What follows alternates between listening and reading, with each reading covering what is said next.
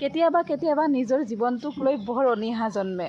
লগৰ ল'ৰা ছোৱালীবিলাকে উন্নতিৰ জখলাত উঠি আছে আৰু মই সেই 7 বছৰমান আগতে য'ত আছিলোঁ তাতেই আছোঁ।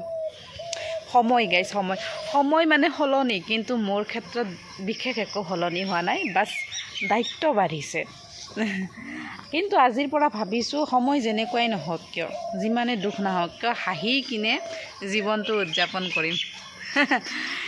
কিন্তু এই হাঁহি শব্দটো বহুত সৰল, কিন্তু তাক অন্তৰৰ পৰা আহিবৰ কাৰণে সুখ নামৰ শব্দটোৰ প্ৰয়োজন। আৰু সুখ বিচাৰি বিচাৰি গাইজ বেমাৰী হৈ পৰিছোঁ, কিন্তু সুখ বিচাৰি পোৱা নাই। ৰ'ব, চেণ্ডেলযোৰ খুলি লওঁ ৰ'ব। চেণ্ডেলযোৰ যে খুলি ল'লোঁ, আপোনালোকে কি ভাবছে? চেণ্ডেলযোৰ খুলি কিনে মই সুখ বিচাৰি বিচৰণ কৰিম বুলি ভাবিছে? হয় গাইজ, আজিৰ পৰা সুখৰ সন্ধান কৰিম গীতাত, আৰু গীতাৰ প্ৰথম শ্লোকটোৰে আৰম্ভ কৰিম আজিৰ এই ভিডিঅ'টো। তো ৰেডি না? সঁচাই?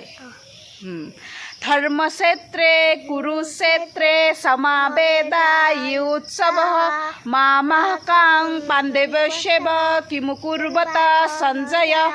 ধৃতৰাষ্ট্ৰই মানে সঞ্জয়ক সুধিছি যে এই ধৰ্মক্ষেত্ৰ কুৰুক্ষেত্ৰত যুদ্ধক্ষেত্ৰত কি চলি আছে সঞ্জয়।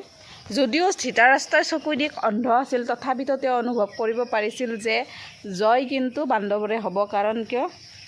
ধৰ্ম তাত থাকে য'ত শ্ৰীকৃষ্ণই থাকে। ধৃতৰাষ্ট্ৰৰ মানে অলপমান ভয় লাগিছে। তেওঁ ইচ্ছা কৰিলে শান্তি আনিব পাৰিলে হয়, কিন্তু তেওঁ ৰজা হৈও যুদ্ধহে বিচাৰিছিল নিজৰ পুত্ৰৰ কাৰণে, নিজৰ পুত্ৰৰ স্বাৰ্থত। যা হওক গাইজ, এতিয়া দৈনন্দিন কাম কৰিব লাগিব। মানে কি, দৈনন্দিন জীৱনত যিখিনি কাম কৰোঁ আমি, তাৰমানে এতিয়া বাজিছে আপোনাৰ 7:10 নেকি। গা চা ধুইছোঁ, এতিয়া ভাত বনোৱাহে কথা। ভাতৰ লগত কি বনাম, কি কথা আপোনালোকক দেখাই থাকিম। তো যদি ভিডিঅ'টো চাই ভাল পায়, প্লিজ চেনেলটো তো লেটছ ষ্টাৰ্ট দ্য ভিডিঅ'।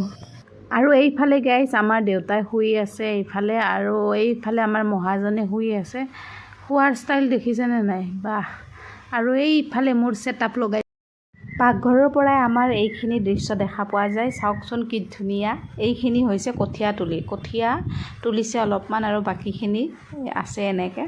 আৰু এইফালে সেউজীয়া, আৰু এয়া পাকঘৰৰ খিৰিকীৰে মই দৃশ্য উপভোগ কৰি আছিলোঁ। আৰু এইটো আমাৰ পাকঘৰ। আজি বনাম এয়া মটৰ আৰু কিবা এটা বুলি কৈছিলোঁ যে, এয়া কিবা এটাটোৰ নাম হৈছে ৰঙালাও। ৰঙালাওটো দোকানীৰ পৰা যেতিয়া আনিছিলোঁ, তেওঁ মানে একদম মানে গেৰাণ্টি দি কৈছে যে ৰঙালাওটো মিঠা হ'বই। আৰু মই মিঠা ৰঙালাও বহুত বেছি ভাল পাওঁ। আপুনি ৰঙালাওৰ তৰকাৰীৰে যদি মোক ভাত দিয়ায়ো নালাগে আৰু একো। তাৰপিছত এয়া এতিয়া ৰঙালাওটো কাটিব ধৰিছোঁ। বাবুৱে কিবা কিবি কৈ আছে, ৰ'ব শুনিব কি কয় সি। কি চুলি হে? কৃষ্ণৰ নিচিনা চুলি কাৰণতে পাৰবি?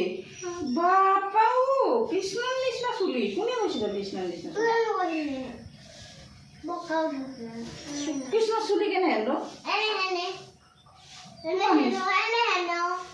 এনেহে কৃষ্ণৰ চুলি।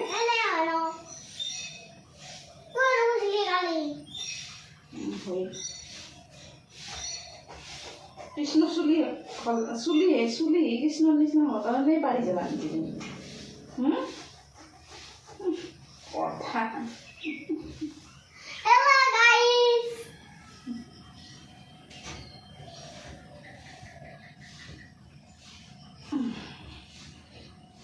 সি কি ক'ব ধৰিছে আপোনালোকে নিশ্চয় অলপমান হ'লেও গম পাইছে। আচলতে কালি মানে কোনোবাই সিক কৈছে যে সিৰ চুলিবিলাক বেয়া, মানে কি কেঁকোৰা। তাৰপিছত মোক আহি কৈছে যে মা, মোৰ চুলিগিলা কেঁকোৰা। তাৰপিছত সৰু কেঁচি এখনেৰে সি চুলিবিলাক কাটিব ধৰিছিল। তাৰপিছত মই কৈছোঁ, কোনে কৈছে তোমাক কেঁকোৰা বুলি? বোলে অমুকে কৈছে। হয় নেকি?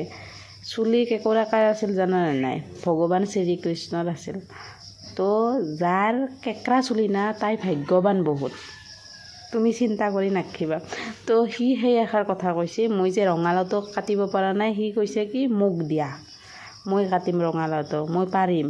কিয় পাৰিবা বোলে, শ্ৰীকৃষ্ণৰ নিচিনা মোৰ চুলি মোৰ শক্তি আছে সেইকাৰণে।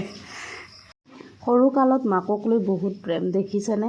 মই কিবা এটা কৰি আছোঁ, সি একদম ওচৰতে মোৰ আছে, যাব ইচ্ছাই নকৰে। মই বাৰে বাৰে কৈ আছোঁ তুমি গুড বয়, যোৱা পঢ়াগৈ, অলপমান পঢ়াগৈ। সি কৈ আছে ৰ'বাচোন অলপমান কাষত থাকোঁ, আঞ্জাখন কেনেকৈ বনা চাওঁ, ডাঙৰ হ'লে বনাব লাগিব নহয় নানান ধৰণৰ অজুহাত।